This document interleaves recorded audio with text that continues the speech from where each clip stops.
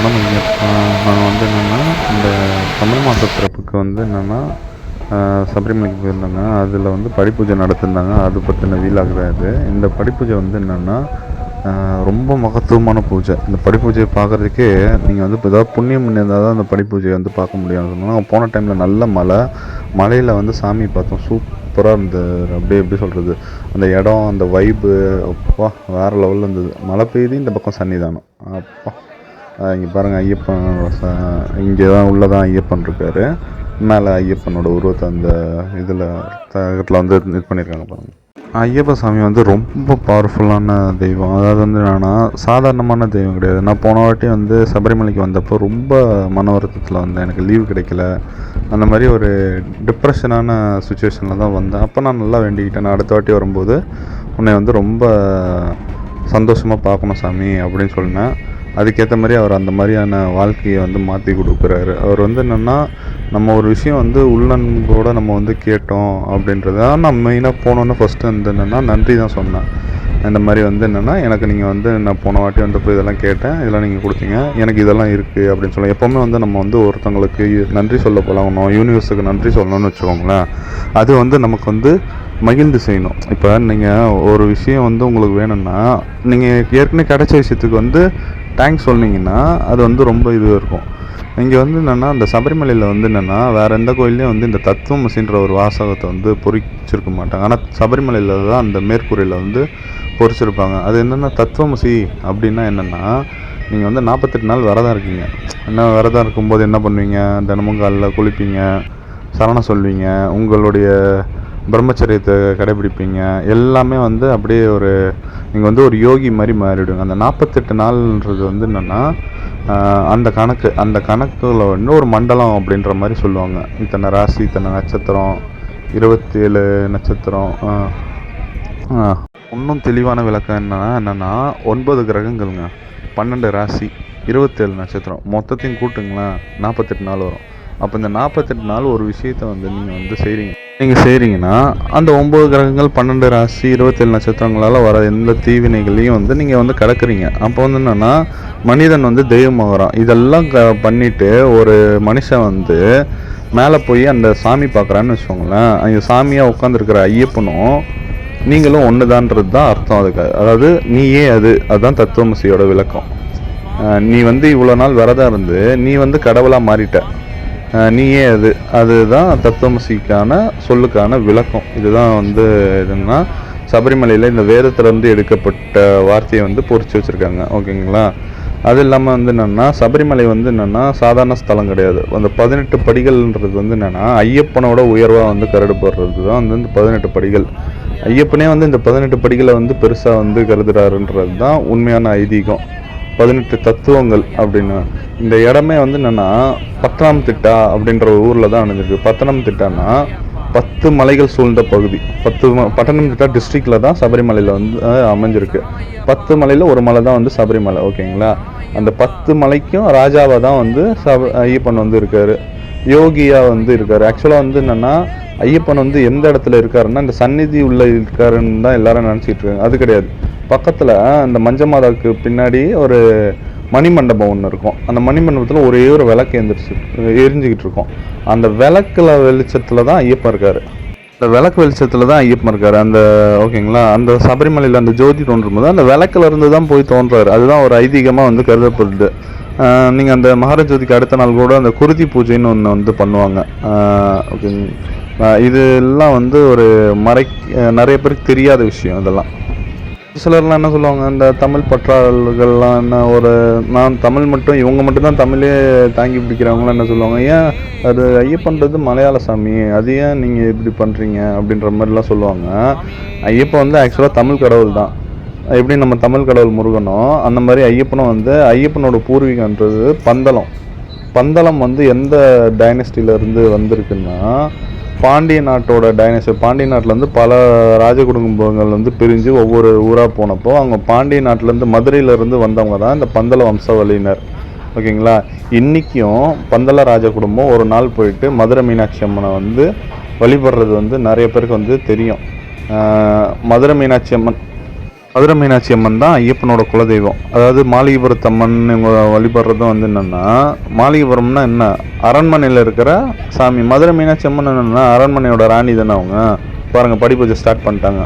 அவர் ரொம்ப எங்காக தான் இருக்கார் அந்த மேல் சாந்தி. இந்த மேல் சாந்தி வந்து என்னென்னா தேவப்பிரசன்ன முறையில் வந்து ஒவ்வொரு வருஷமும் ஒவ்வொருத்தரை வந்து அந்த இது மாதிரி போட்டு தேர்ந்தெடுப்பாங்க. தேவப்பிரசன்ன முறையில் தேர்ந்தெடுக்கும்போது அவர் தான் இந்த வருஷம் ஃபுல்லாக அந்த பூஜையை பார்க்குறது, பூஜை இது பண்ணுறது எல்லாமே இவரோட இதில் தான் இருக்கும். ரொம்ப அவர் பார்க்கும்போதே ஒரு நல்ல வைப்பில் இருக்காருன்னா அந்த ஐயப்பனோட அந்த பக்தி வந்து அவர் கண்ணில் நல்லா தெரியுது நமக்கு. அவ்வளோ சின்சியராக அந்த படி பூஜை பண்ணார். நமக்கு ரொம்ப பிரமிப்பாக இருந்தது. இவ்வளோ கொஞ்சம் அவர் பார்த்தா ரொம்ப ஏஜ்டு மாதிரிலாம் தெரியல. ஆனால் வந்து என்னென்னா ரொம்ப அந்த ஆச்சார அனுஷ்டானங்கள் அப்படின்வாங்கள்ல, அதை வந்து கடைபிடிச்சி பண்ணுறாரு. ரொம்ப நல்லா இருந்தது அந்த படி பூஜையை நம்ம பார்க்குறதுக்கே. நமக்கு வந்து ஏதோ ஒரு பிறவியில் முற்பிறவியில் ஏதோ நம்ம நல்லது பண்ணியிருக்கோண்டா, அதுதான் இதெல்லாம் நம்ம பார்க்குறதுக்கு வந்து கடவுள் வந்து கொடுத்துருக்காரு அப்படின்ற மாதிரி. நாங்கள் எதர்ச்சியாக தான் புக் பண்ணோம்னா அந்த மாதத்து பிறப்பில் ஐயப்பனை போய் பார்க்கலாம். நாங்கள் போகிற அன்றைக்கி கரெக்டாக அந்த படி பூஜை. அது வழியிலேயே நாங்கள் பஸ்ஸில் வரும்போது ஒரு சாமி வந்து சொல்கிறாரு, இன்றைக்கி படி பூஜைங்க, மிஸ் பண்ணிடாதீங்க அப்படின்றாரு. ஓ, சாமியே வந்து அந்த என்னன்னா இன்றைக்கி வந்து அவர் முடிவு பண்ணி வச்சுருப்பாராம். இன்றைக்கி வந்து இவர் வந்து இந்த விஷயத்தை வந்து நம்ம சந்நிதியில் வந்து நம்ம படி பூஜை பார்க்கணும் அப்படின்றது வந்து அவர் எப்பயோ தீர்மானம் பண்ணி வச்சுருப்பாரு. அப்படின்ற மாதிரி தான் வந்து நிறைய விஷயங்கள் வந்து நடக்கும். ஒரு சில விஷயங்கள் வந்து நம்ம அறியாமல் அதுவாக அது செயலில் வந்து நடக்கும். அதுதான் உண்மை. பொண்ணு 18 படிகள்னு சொல்லுவாங்க. அந்த பொண்ணு 18 படிகள் வந்து 18 தத்துவங்களை, வாழ்க்கையில் இருக்கிற 18 தத்துவங்களை வந்து உணர்த்தது தான் இந்த 18 படிகள். ஓகேங்களா? நான் ஒவ்வொரு வாட்டியும் அந்த 18 படியும் போய் பார்க்கும்போது என்ன பண்ணுவேன்னா, உஷாராக இந்த லெஃப்ட்டுக்காகவும் போக மாட்டேன், ரைட்டுக்காகவும் போவேன். ஏன்னா அந்த பக்கம் போனால் அப்படியே இந்த காவலர்கள்லாம் வந்து என்ன பண்ணிவிடுவாங்க, அப்படியே மேலே பிடிச்சி இழுத்துருவாங்கன்ட்டு ஒரு இது. ஆனால் என்ன பண்ணுவோம், சென்டருக்காக போயிட்டு அப்படியே ஒவ்வொரு படியும் அப்படியே தொட்டு அந்த நெத்தி அந்த பூர்வ மத்தியில் வச்சு வெளிப்படுவோம். அந்த 18வது படியை தொட்டு அந்த நெத்தியில் வைக்கிறோம் பாருங்கள்.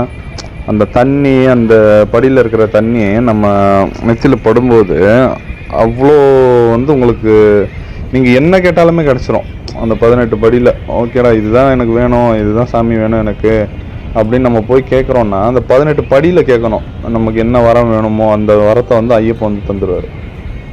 ஐயப்பன் வந்து என்னென்னா நிறைய கான்ட்ரவர்சிலாம் க்ரியேட் பண்ண வரும். ஆனால் ஐயப்பன் வந்து என்னென்னா மதத்தை வெறுக்கிற தெய்வம் ஐயப்பன் தான். அவர் வந்து எருமேலியில் வந்து என்னென்னா பாபருக்கு வந்து அவரோட நண்பர் வந்து இஸ்லாமிய சகோதரர்ன்றதுனால பாபருக்கு ஒரு சமாதியே வந்து அந்த இதுன்னா பக்கத்துலேயே தர்மசஸ்தா கோயில் இருக்கும் எருமேலியில். பக்கத்துலேயே பாபர் மசூதி இருக்கும்.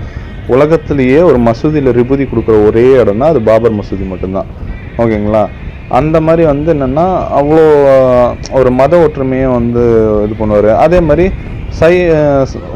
இந்த பேதங்களை வந்து கலைவரும் ஐயப்பன் தான். இப்போ வந்து சைவம் வைணவம் அப்படின்லாம் ரொம்ப அந்த காலத்தில் வந்து பெரிய இதெல்லாம் இருந்தது. இவர் சைவ வைணவ ஒற்றுமை இது பண்ணுற மாதிரி 2 பேரோட பையனாபில் தானே பிறந்திருக்காரு. ஐயப்பனோட முகமே வந்து என்னென்னா சிவ விஷ்ணு வடிவம் தான் சொல்லுவாங்க. அது வந்து அவ்வளோ ஒரு மகத்துவமான விஷயம். ஓகேங்களா? ஐயப்பனை பற்றி என்னென்னா அகத்தியர் வந்து பாடின ஒரு பாடல் இருக்குது. அதுதான் ஐயப்பன் பஞ்சரத்ன மாலா. அவ்வளோ அருமையாக இருக்கும், எளிய தமிழில் இருக்கும். ஓகேங்களா? தெய்வத்துக்கு வந்து என்னென்னா அந்த எப்படி சொல்கிறது, இன்டர்வியூ போனால் நம்ம வந்து இங்கிலீஷில் தான் பேசணும் அப்படின்லாம் கிடையாது. நமக்கு தெரிஞ்ச பாஷையில் நீ பேசு, அது சாமியை ஏற்றுக்கும் அப்படின்ற மாதிரி தான் வந்து ஐயப்பன் வந்து இது பண்ணுறாரு. அந்த மாதிரி எளிய தமிழில் வந்து இருக்கும் அந்த பஞ்சரத்ன மாலா. ஐயப்பன் பஞ்சரத்ன மாலா. உத்தமர் தம் உறவு வாழ்க வாழ்க, மலை வாழும் தெய்வம் வாழ்க அப்படின்ட்டு அவ்வளோ அருமையாக இருக்கும் அந்த வரிகளில்.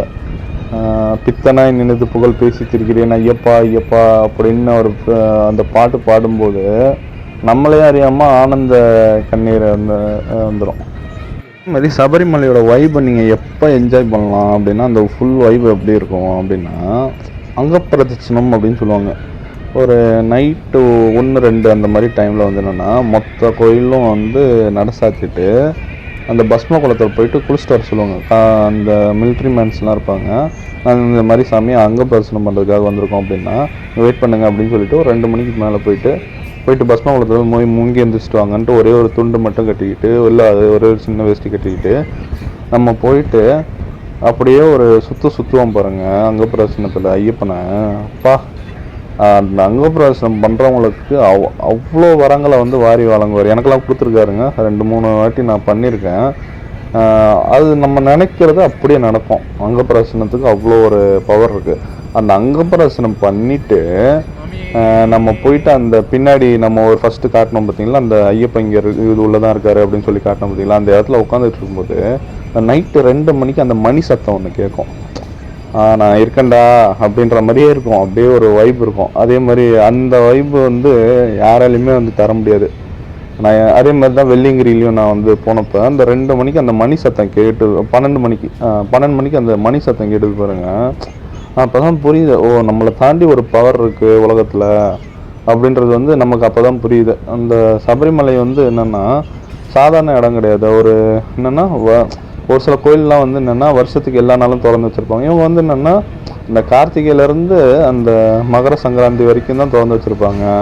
அதே மாதிரி மாதத்தில் வந்து ஃபஸ்ட்டு 5 நாள் வந்து திறந்துருப்பாங்க. அதுவே நிறைய பேருக்கு தெரிய மாட்டேங்குது. அந்த மாத பிறப்பில் வந்து அந்த தமிழ் மாத பிறப்பில் 5 நாள் வந்து திறந்து வச்சுருப்பாங்க. திறந்து சாமிக்கு அபிஷேகம். மற்ற நாளில் ஃபுல்லாக கோயில் சாத்தி தான் இருக்கும். ஓகேங்களா. இந்த பக்கம் வந்து வலிய கருத்த சாமி இருக்காரு நினைக்கிறேன். இந்த பக்கம் வந்து கருப்பண்ண சுவாமி இருக்காருன்னு நினைக்கிறேன். கருப்பண்ண சுவாமி எல்லா இடத்துலையும் வந்து பாதுகாவலராக இருப்பார். மதுரையில் அழகர் கோயில்லையும் கருப்பண்ண சாமி தான் மெயின் மூல தெய்வம். அவருக்கு வருஷத்தில் 2 வாட்டி வந்து இதே மாதிரி 18 படி இருக்கும். அதுக்கு வந்து எடுத்து பூஜை பண்ணுவாங்க. இவங்க வந்து காவல் தெய்வங்கள். ஓகேங்களா. ஐயப்பனோட காவல் தெய்வமாக நிற்கிறாங்க. அங்கே அழகர் கோயில்லையும் வந்து காவல் தெய்வமாக தான் நிற்கிறாரு கருப்பண்ணசாமி. கருப்பண்ணசாமிக்கு அவ்வளோ ஒரு மகத்துவம் இருக்குது. கருப்பண்ணசாமி சாதாரண தெய்வம் கிடையாது. எங்கள் குலதெய்வம் கூட கருப்பண்ணசாமி தான். அந்த மாதிரி வந்து என்னென்னா நம்ம வந்து என்னென்னா தெய்வங்கள் வந்து என்னென்னா பேதங்கள் பார்க்குறது கிடையாது. மனுஷன்தான் வந்து என்னென்னா நான் இந்த சாமிங்க, இந்த சாமி எங்கள் சாமி, இது சாமி அப்படின்ற மாதிரியான இதெல்லாம். தெய்வங்களுக்கு என்னென்னா நீ வந்து என்னை துடிக்கிறியா, அது எந்த கடவுளாக இருந்தாலும். ஒரு சிலர் சொல்லுவாங்க சாய்பாபாவை கும்பிடக்கூடாது, அது ஒரு வடநாட்டு கடவுள், அவரையும் கும்பிட்றீங்க அப்படின்னு சொல்லுவாங்க.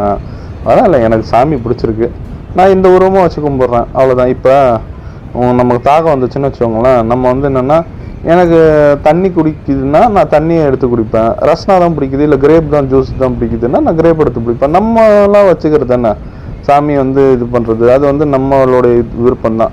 அதில் வந்து நான் என்னுடைய நம்பிக்கையில் வந்து யாரும் வந்து தலையிடக்கூடாது. ஓகேங்களா. நீங்கள் இவரை தான் கும்பிடணும், இவரை தான் கும்பிடணுன்றது வந்து சொல்கிறது வந்து ஏதோ ஒன்று திணிக்கிற மாதிரி தான். ரொம்ப கான்ட்ரவர்சியலாக இது போகுது, அதெல்லாம் வேணாம். என்னென்னா சபரிமலை வந்து என்னென்னா ஒரு இந்தியாவில் இருக்கிற மிக உயர்ந்த ஒரு புனித ஸ்தலம். படிப்பூஜைன்றது வந்து என்னென்னா படிப்பூஜை வந்து என்னென்னா அந்த படிகளை 18 படிகளையும் கழுவி அந்த பட்டு விரித்து அந்த விளக்கு ஏற்றி வந்து 18 படிக்கும் வந்து பூஜை பண்ணி அந்த தாந்திரிக முறைப்படி, அந்த கேரள தாந்திரிக முறைப்படி அவங்க வந்து ஒரு படிப்பூஜை பண்ணுவாங்க. அவங்க என்ன பண்ணுறாங்கன்றது வந்து நமக்கு கிளியராக புரியாது. ஆனால் என்னென்னா ஒவ்வொரு முத்திரை பிடிப்பாங்க, ஒவ்வொரு இதை கையை பின்னாடி வச்சுப்பாங்க. அதுக்கு ரொம்ப க்ளோஸ்அப்பில் பார்த்தா தான் நமக்கு வந்து தெரியும். ஓகேங்களா. அது வந்து ஏதாவது ஒரு பஞ்சபூத தத்துவம், அந்த இது தத்துவங்களோ இல்லாமல் ஒவ்வொரு விஷயமே அந்த காலத்துலேருந்து பண்ணுறது எல்லாமே வந்து என்னென்னா ஏதாவது ஒரு அர்த்தம் இருக்கும். ஓகேங்களா. நமக்கு வந்து தெரியாதுன்றது, நமக்கு உனக்கு ஒரு விஷயம் தெரியாதுன்றதுக்காக அது வந்து இல்லைன்ற மாதிரி ஆகிடாது. அப்படிதான். அதே மாதிரி என்னென்னா ஐயப்ப சிலையில் வந்து ஒரு நீங்கள் வித்தியாசம் கண்டுபிடிக்கல. ஒவ்வொரு கோயிலையும் ஒவ்வொரு இது இருக்கிற மாதிரி எப்போவுமே நீங்கள் மற்ற நாளெல்லாம் பாருங்களேன், ஐயப்ப சிலையை நீங்கள் உள்ளே போய் பார்த்தீங்கன்னா ரொம்ப சின்ன சிலையாக இருக்கும். அப்போ வந்து என்ன அர்த்தம்னா மற்ற நாளெல்லாம் அவர் வந்து யோகியாக இருக்கார், தபம் பண்ணிக்கிட்டு இருக்காரு. அப்போ வந்து அந்த யோகிக்கு உண்டான அந்த இது வந்து என்னென்னா ரொம்ப சின்ன சிலை இருக்கும். ஆனால் மகர சங்கராந்தி அன்னைக்கு மட்டும் என்னவா இருக்கும்னா அந்த சிலை கொஞ்சம் வித்தியாசமாக இருக்கும். குண்டா ஒரு ராஜா மாதிரி இருப்பார். நான் 2 மகர சங்கராந்தி அப்பயும் பார்த்துருக்கேன். அப்படி அந்த சிலை இன்னும் இவ்வளோ குண்டாக இருக்குது, ஒரு மாதிரி இதுவாக இருக்குது. எனக்கு நான் அப்சர்வ் பண்ணது, மற்றவங்களுக்கு எப்படின்னு தெரியல. அது வந்து என்னென்னா பந்தல ராஜா வந்து ஐயப்பா வந்து நான் இந்த மாதிரி போய் தவம் பண்ண போகிறேங்க அப்படின்ட்டு நான் கிளம்புறாரு. பந்தல ராஜா வந்து சொல்கிறேன்ப்பா, நான் உன்னை வந்து ஆசை மகனாக வளர்த்துட்டேன், நீ வந்து என்னப்பா இப்படி போகிறேன்ற, நான் அப்போ உனக்காக நான் வாங்கி வச்ச ஆபரணம்லாம் என்ன பண்ணுறது, நான் உன்னை ராஜாவாக்கி பார்க்கணும், நான் அழகு பார்க்கணுன்னு பார்க்குறேன், நீ என்னென்னா தவம் பண்ண போகிற அப்படின்னா ஐயப்பா வந்து சொல்கிறாரு, நீ ஒன்றும் பிரச்சனை இல்லைங்க, நீங்கள் வந்து என்ன பண்ணுங்கன்னா வருஷம் வந்து என்னென்னா நான் தவம் பண்ணுற இடத்துக்கு வந்து மகர சங்கராந்தி அன்றைக்கி அதை பாருங்கள், வைப்பு வேறு லெவலில் இருக்குது. மகர சங்கராந்தி அன்றைக்கி நீங்கள் வந்து நகையெல்லாம் அனுப்பி விடுங்க, நான் அன்றைக்கி வந்து போட்டுக்கிறேன், அன்றைக்கி உங்களுக்கு ராஜாவாக நான் வந்து காட்சி தரேன். அப்படி தான். அதே மாதிரி தான் அந்த பந்தளத்தில் வந்து அந்த கரெக்டான டைமில் வந்து கிளம்பி கரெக்டாக கரெக்டாக அந்த மகர சங்கராந்தி அன்னைக்கு அந்த ஆபரணம் வந்து போய் நிற்கும். ஓகேங்களா, சபரிமலையில் அதை போட்டோன்னே ஐயப்பனோட முகத்தில் அந்த ராஜாதி ராஜனாக வந்து அவர் வந்து காட்சி தருவார் பாருங்க. வேற லெவல் வைப்பில் இருப்பார். அப்படியே அவ்வளோ ஒரு பூரிப்பு இருக்கும். அப்படியே அந்த பூரிப்பில் வந்து அந்த சிலை வந்து அவ்வளோ அப்படியே ஒரு மாதிரி ராஜாவாக மின்னுவார். அது பார்த்தவங்களுக்கு தான் அந்த இது மகர சங்கராந்தி பூஜையில் சாமியை பார்த்தவங்களுக்கு தான் அந்த இது வந்து தெரியும். சரிங்களா, நாங்கள் ஆக்சுவலாக வந்து என்னென்னா இப்போ வேண்டிட்டு போனதே வந்து என்னென்னா அண்ணாவோட பாப்பா நல்லா பிறக்கணும் அப்படின்றதுக்காக தான். அவரும் கிளைமேக்ஸில் இந்த வீடியோ காலில் வந்தார். வீடியோ காலில் வந்து இந்த படி பூஜை பார்த்தாரு. அந்த ஆடியோ இருக்கும் பாருங்கள். ஓகே, என்னென்னா நம்ம ஒரு விஷயத்த வந்து நம்மக்கிட்ட வந்து கடவுள்கிட்ட வந்து முறைப்படி அந்த விஷயம் நியாயமானதாக இருந்தால் கடவுள்கிட்ட கேட்குறோம்னா அது வந்து கண்டிப்பாக வந்து கிடைக்கும். ஓகேங்களா, அது வந்து ஒரு ப்ராப்ளமே கிடையாது, ஒரு இதுவே கிடையாது. அவர் வந்து அந்த விஷயம் நியாயமாக இருக்கான்னு மட்டும்தான் பார்ப்பார், கரெக்டாக இது பண்ணி விட்டுருவார். அதுக்கு மேலே மனிதர்கள் செயல் கிடையாது, எல்லாமே தெய்வத்தோட செயல் தான். மனுஷன் வந்து என்னென்னா ஒவ்வொருத்தனும் ஒவ்வொரு விதமான ஆசைகள் வந்து போடுவான், ஒவ்வொரு விஷயங்களும் வந்து செய்வாங்க. ஆனால் அந்த ஆசைகள் வந்து நியாயமாக இருக்கிற பட்சத்தில் அதை நிறைவேற்றி கொடுக்கறது வந்து தெய்வத்தோட செயல். ஓகேங்களா, காரண காரியம் இல்லாமல் ஒவ்வொரு விஷயமும் வந்து நடக்காதுன்றது தான் வந்து உண்மை. அதாவது இந்த தசாவதாரம் படம்னு பார்த்துருக்கீங்க. அந்த படத்தில் வந்து அந்த ஆரம்பிக்கும் போது ஒரு பட்டாம்பூச்சி பறக்கும்போது கமல்ஹாசனோட பேக்ரவுண்ட் கவரில் வந்து ஒரு வாய்ஸ் வரும். ஒரு பட்டாம்பூச்சியோட செயலுக்கும் ஒரு பூகம்பத்துக்கும் வந்து சம்மந்தம் இருக்குது அப்படின்ற மாதிரி வந்து சொல்லுவார். அந்த மாதிரி தான் ஒவ்வொரு விஷயத்தையும் வந்து காரண காரியம் இல்லாமல் வந்து ஆண்டவன் வந்து நடத்த மாட்டார். நீங்கள் வந்து கடவுளை முழுமையாக நம்புங்க. அந்த படிப்பூஜை பாருங்கள், அவ்வளோ ஐதீகமாக பண்ணுறாங்க. அப்படியே நம்ம ஏதாச்சும் சண்டை சச்சரவு ஏங்க தள்ளுறீங்க அப்படி இப்படின்ட்டு நம்ம கஷ்டப்பட்டு வீடியோ கேமரா எடுத்தாலும் அப்படியே அந்த மணி சத்தம் கேட்கும் பாருங்க, டன் டன் டன் டன் அப்படின்னு. அது கேட்டோன்னே அப்படியே இவங்க எல்லாரும் அப்படியே குறைச்ச சுவாமி அப்படின்ட்டு ஒரு இழுப்பாங்க. அவ்வளோ அப்படியே உங்களுக்கு ஒரு வேறு லெவல் வைப் வந்துடும். அப்பா இவர் தாண்டா இங்கே தாண்டா சாமி இருக்கார், சாமி கும்பிட்ற நீ அப்படின்ட்டு அந்த சரண கோஷத்தில் தான் ஐயப்பா வந்து இருப்பார். ஒவ்வொருத்தருக்கு அந்த ஏதோ ஒரு பழைய அது வந்து வசூல் ஜம்பி பேச சொல்லுவாங்களே, அவரோட உயிர் அந்த கிளியில் இருக்குது அப்படின்வாங்கல்ல, அந்த மாதிரி இங்கே வந்து ஐயப்பா வந்து எப்படி இருக்காருன்னா சரணத்தில் இருக்கார். நம்ம சொல்கிற சரணம், அதனால தான் வந்து சரணம் சொல்லுங்கள், சரணம் சொல்லுங்கள். நீங்கள் சரணம் சொல்ல அங்கே ஐயப்பா வந்துடுவார். சரணம் சொல்ல ஐயப்பா வந்துடுவார். அந்த சரணத்துக்கு அவ்வளோ மகிமை இருக்குது. அந்த 18 படிகள், ஐயப்பனே அந்த 18 படிகளை வந்து ஒரு தெய்வீக அவ்வளோ இதுவாக மதிப்பார் அப்படின்றது தான் வந்து விஷயம். ஓகேங்களா, இந்த 18 படிகளில் வந்து மற்றவங்க எல்லாருக்குமே இருமுடியோட தான் ஏறி ஆகணும். அதுதான் வந்து விதி. இருமுடி இல்லாமல் நீங்கள் ஒரு இது கூட நகராது. பந்தல ராஜா குடும்பம் வந்து என்னென்னா ஐயப்பனோட வம்சாவளியினர்ன்றதுனால அவங்களுக்கு மட்டும் அந்த இது விளக்கு, நீங்கள் வந்து அவங்களுக்கும் அந்த தாந்திரிகளுக்கு மட்டும் என்னென்னா நீங்கள் வந்து இருமுடி இல்லாமல் 18 படி ஏறலாம் அப்படின்ற மாதிரி என்னென்னா விளக்கு கொடுத்துருப்பாங்க. அந்த 18 படிகள் வந்து என்னென்னா பரசுராமர் வந்து அமைச்சது அப்படின்றது வந்து சொல்லுவாங்க. இப்போ ஆக்சுவலாக வந்து என்னென்னா ஐயப்பனுக்கும் வந்து 18 படை வீடுகள் இருக்குது அப்படின்ற மாதிரி ஒரு இதெல்லாம் இருக்குது. அச்சன் கோயில், ஆரியங்காவு அப்படின்லாம் சொல்லுவாங்க.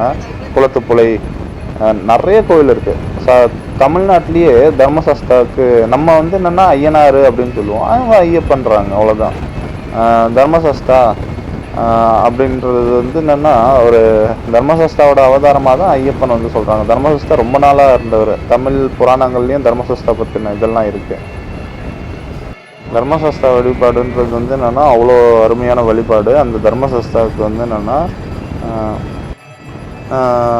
ஒவ்வொரு இடத்துலையும் வந்து என்னென்னா இப்போ ஆரியங்கா வந்து என்னென்னா தம்பதி சமேதராக இருப்பார். பூரண புஷ்கலா சமேத தர்மசாஸ்தாவாக இருப்பார். எருமில்ல வந்து வெறும் தர்மசாஸ்தாவாக இருப்பார். வில்லாளி வீரனாக இருப்பார். இங்கே நமக்கு வந்து என்னென்னா நமக்கு ஏற்ற மாதிரி தானேங்க கடவுளுக்கு வந்து தோற்றம் அப்படின்னு சொல்லுவாங்க. அந்த தேசமங்க இருக்கரசி சொல்லுவாங்க, நம்ம விரும்புறதுன்னா சாமிக்கு வந்து தோற்றம் அப்படின்ற மாதிரி நம்ம விரும்புகிற தோற்றத்தில் அவர் வந்து நமக்கு வந்து இது பண்ணுறாரு. இங்கே வந்து என்னென்னா யோகியாக இருந்து தவம் புரிஞ்சு இது பண்ணுவார். மற்ற நாளெல்லாம் வந்து இது பண்ணுவார்.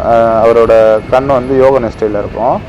அந்த கார்த்திகை 1லேருந்து வந்து கண்ணை வந்து திறந்து வச்சுருப்பார். வர பக்தர்கள்லாம் பார்க்குறதுக்காக இருப்பார். ஆனால் சாமிக்கு எல்லாமே தெரியும். ஓகேங்களா, நீங்கள் என்ன வேண்டுறீங்க, எல்லாம் இது பண்ணுறீங்கன்றது எல்லாமே அவருக்கு தெரியும். அவருக்கு தெரியாமல் ஒரு விஷயமும் நடக்காது. நிறைய பேர் என்ன பண்ணுவாங்க, கொஞ்சம் ஈகோயிஸ்டிக்காக நடந்துப்பாங்க இந்த விஷயத்துலலாம். சாமி அப்படி இப்படின்ற மாதிரி சொல்லுவாங்க. அது எல்லாம் பார்த்துட்டு தான் இருப்பார். அது எனக்கு தெரிஞ்சு வந்து என்னென்னா, சபரிமலை ஐயப்பன் வந்து எப்படின்னா, நீங்கள் ஒரு விரதம் இருக்கீங்கன்னு வச்சுக்கோங்களேன், உங்களால் ஒரு சில விஷயம் வந்து ஃபாலோ பண்ண முடியல. சாமி இந்த மாதிரி எங்களால் முடியல, இந்த மாதிரியான வேலை, அதனால் வந்து ஒரு சில விஷயம் ஃபாலோ பண்ணலன்னா கூட ஒத்துப்பார். அவர் சரிடா விட்டுடா அப்படின்ற மாதிரி நம்மளை வந்து கண்டுக்காம விட்டுருவார். ஆனால் நீங்கள் ஏதாச்சும் ஒரு விதமாக ஒரு மாதிரி ஆட்டிடியூடாக மட்டும் பேசிட்டிங்கன்னா, நிறைய பேர் அந்த மாதிரி பேசிலாம் செம்மையாக வச்சு செய்வார் அவர். ஓகேங்களா?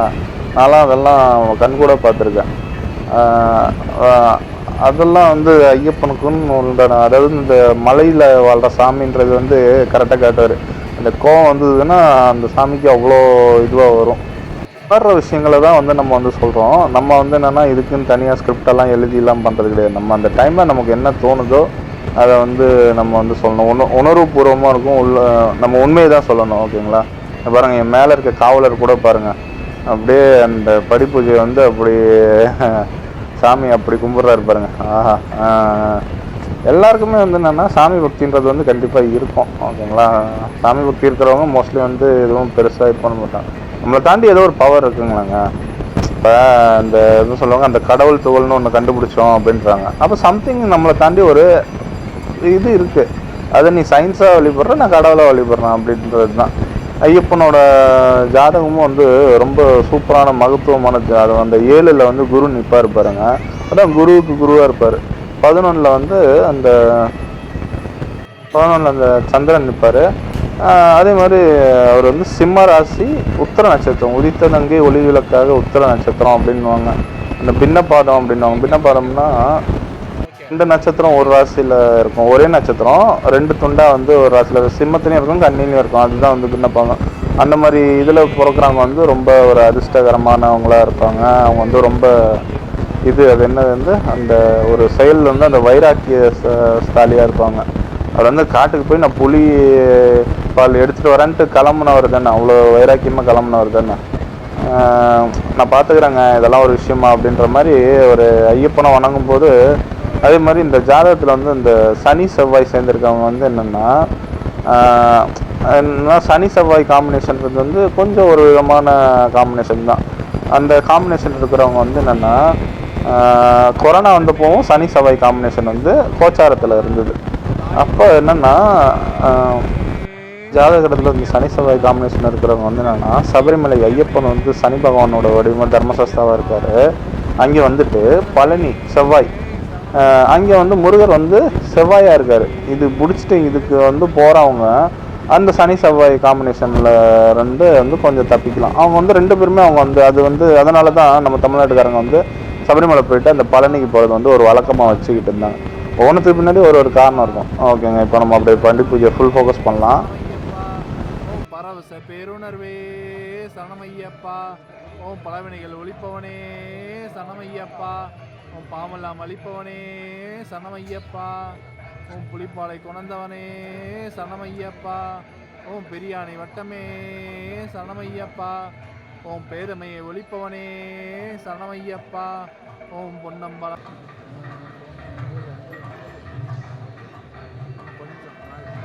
ஓகே.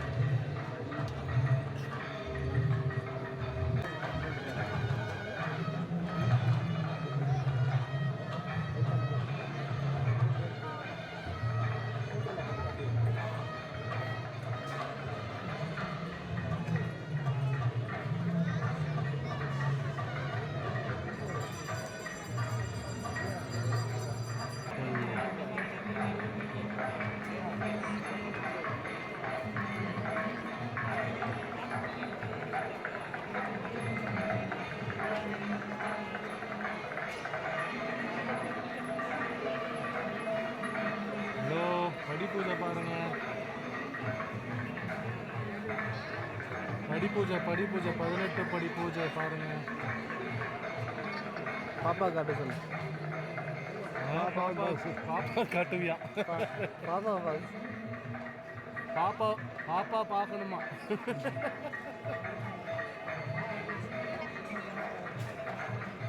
சரி இது 18 படி காட்டுறாங்க பாருங்க பூஜை பாருங்க.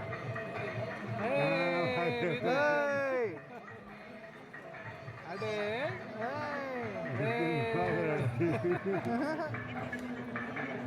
இதன் குட்டி ஆச்சு ஆச்சு 200 பிடிச்சிருக்கு. ஆஹா சரி இங்க பாருங்க இங்க பாருங்க இங்க பாருங்க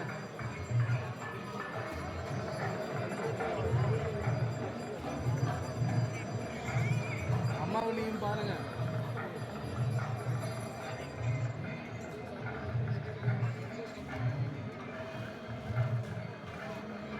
வேன் ஓடுது.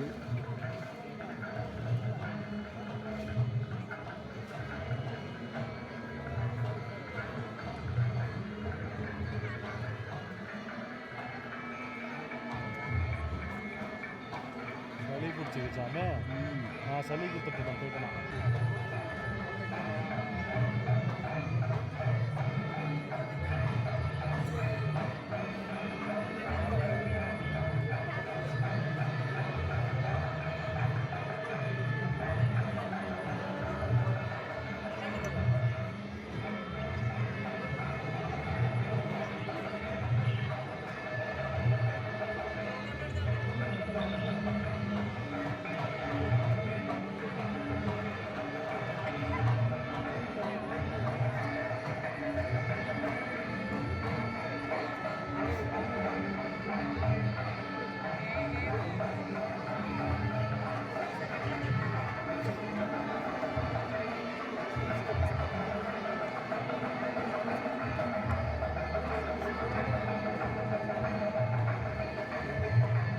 கை மறைக்கும்.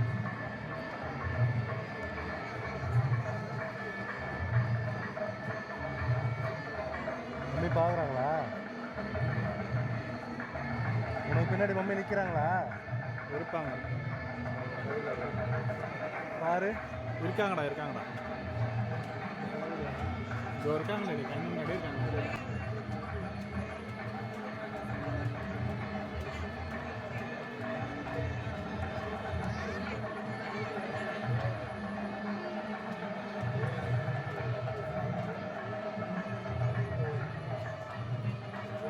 சுவாமியே சரணமையப்பா.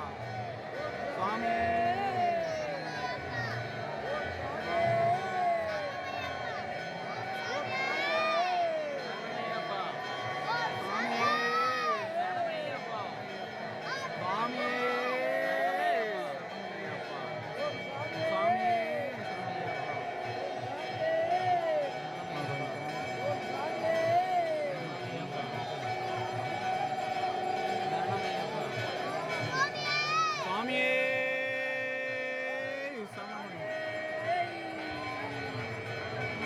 பதினெட்டு படியே சரணமையப்பா. சுவாமியே சரணமையப்பா. ஓம் சுவாமியே சரணமையப்பா. ஓம் சுவாமியே சரணமையப்பா. புஷ்பாலங்கார பிரியனே சரணமையப்பா. ஓம் சுவாமியே சரணமையப்பா. எவ்வளோ கற்பூரம் ஏற்றுறாங்க.